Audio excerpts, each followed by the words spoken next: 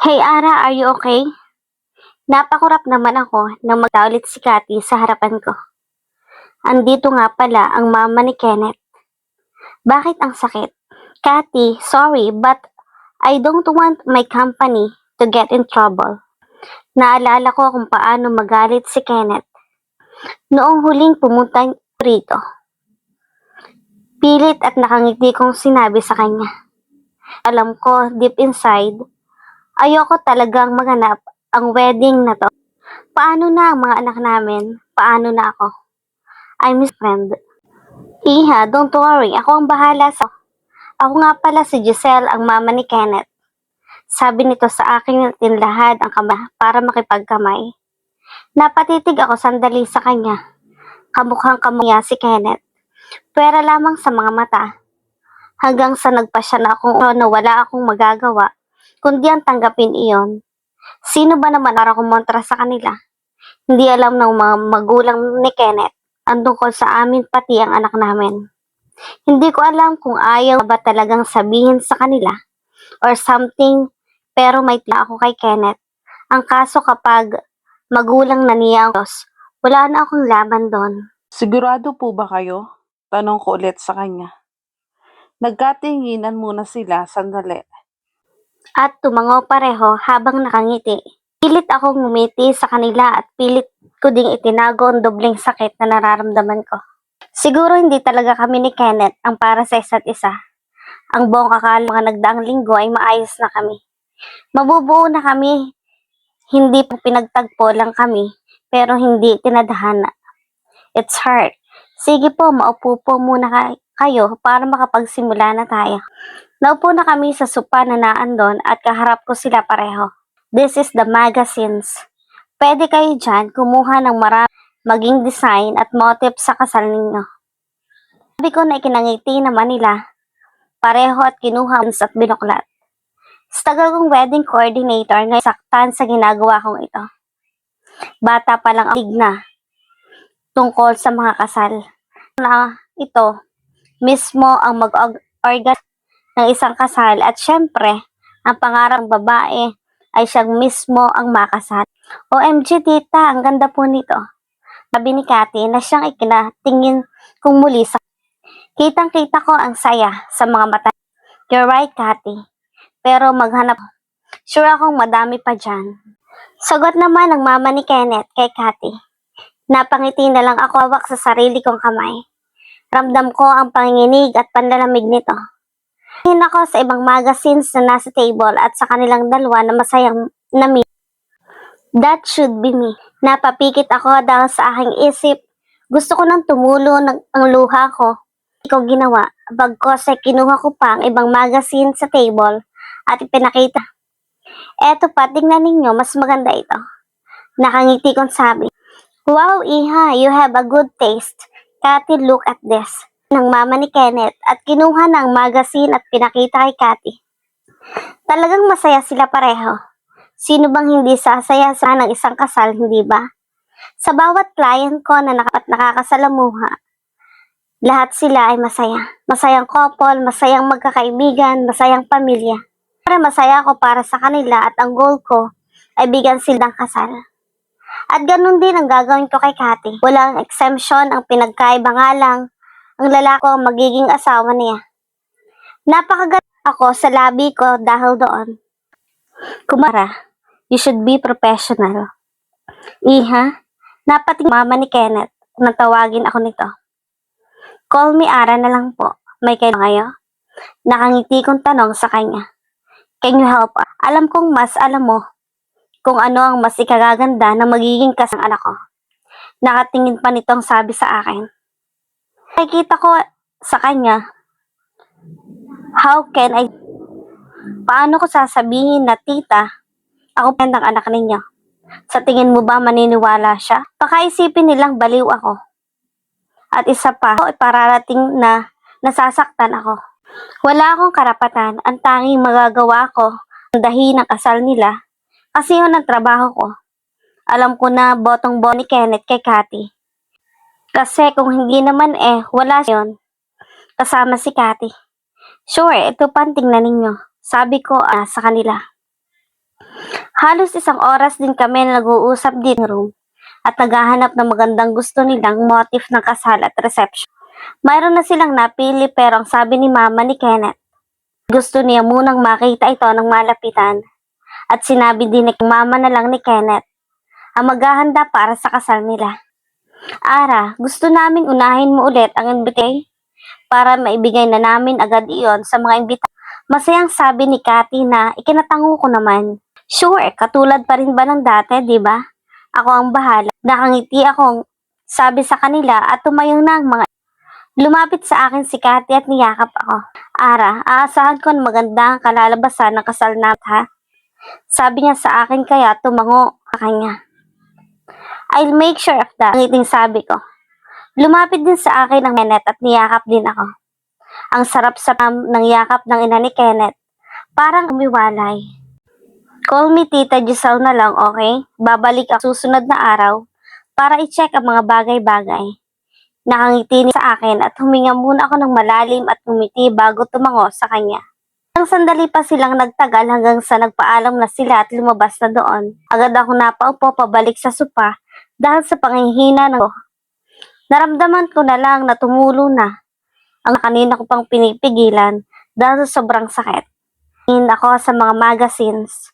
For the first time, nasaktan ako ng gustong-gusto ko. Ilang minuto ako nagtagal at ang sakit na nararamdaman ko. At nagpasya na akong lumaba. Pinunasan ko ang luha ko at inayos ang sarili.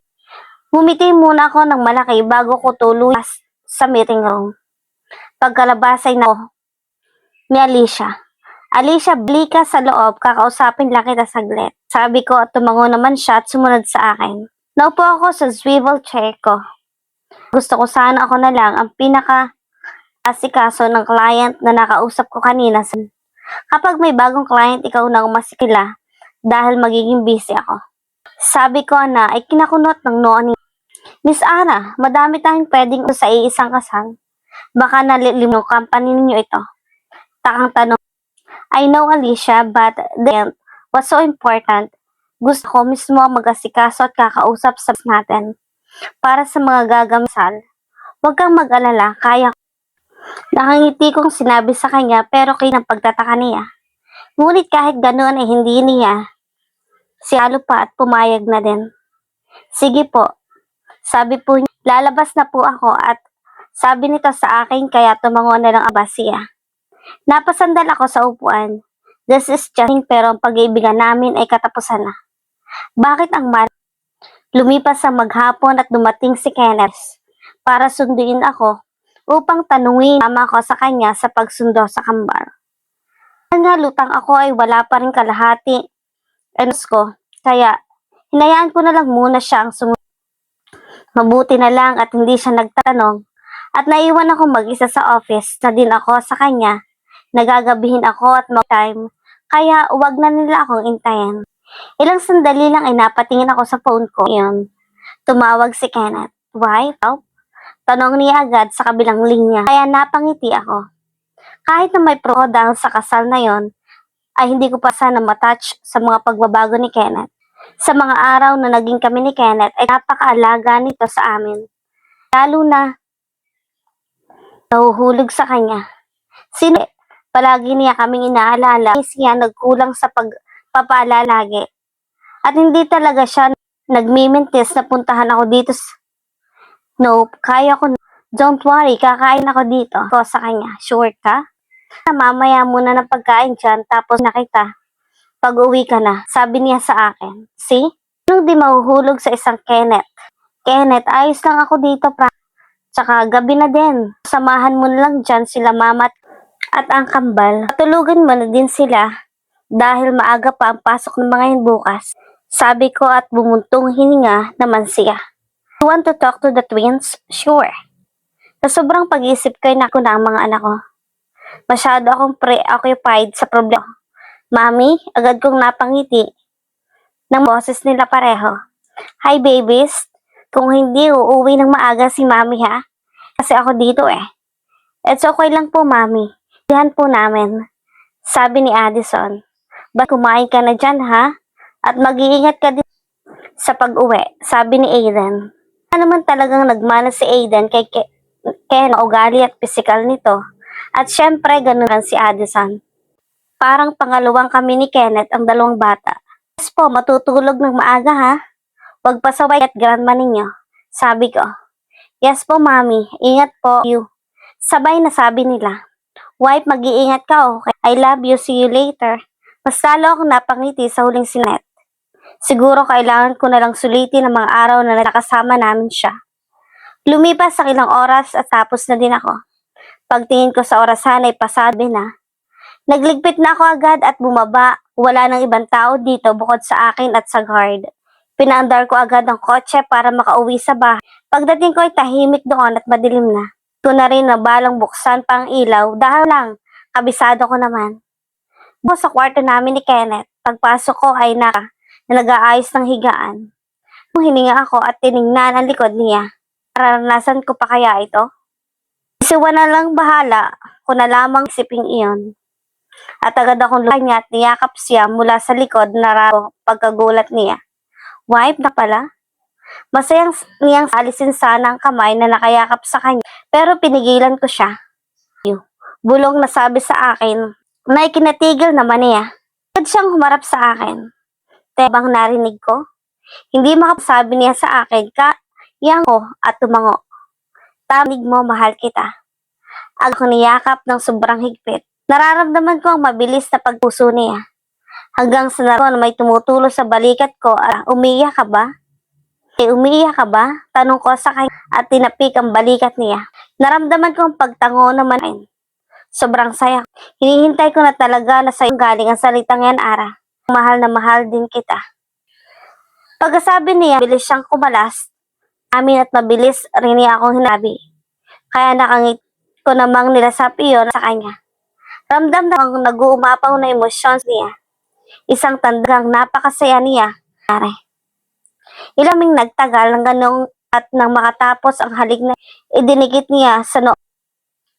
Ang bigan ko sa mga mata. Ang gandang tingnan ng mga mata niya. Ngumiti siya sa akin. Thank you, wife. Sobrang pinaso. Napangiti dahil sa sinabi niya at siya sandali sa lalita. I love you. Lumaki ang ngiti niya dahil I love you too. Matapos iyon ay naguna ako sa kanya na pupunta at maliligo para makapagpalit na. Pagkatapos ko ay na siya, kaya lumaki ako para i-check ang kamay si mama.